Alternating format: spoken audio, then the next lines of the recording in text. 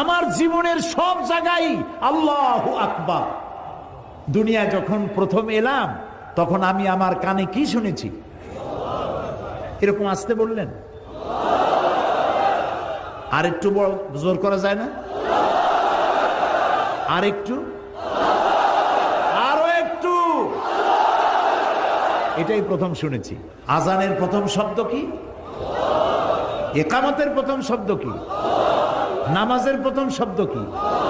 জীবনের সর্বশেষ নামাজ নাম কি? তার প্রথম শব্দ কি? তাহলে আল্লাহু আকবার দিয়ে শুরু, আল্লাহু আকবার দিয়ে শেষ। এটা যদি আমি বুঝতাম আল্লাহ সর্বশ্রেষ্ঠ, তার থেকে বড় কেউ নাই, তাহলে আমার মাথা আল্লাহ ছাড়া কারো সামনে নত করতে পারতাম না। আমি এখানেই ভুল করেছি, আমি বুঝতে পারি নাই আল্লাহু আকবার কি জিনিস। সানার অর্থ কি তাও জানি না, সানা না সন্দেশ তাও বুঝি।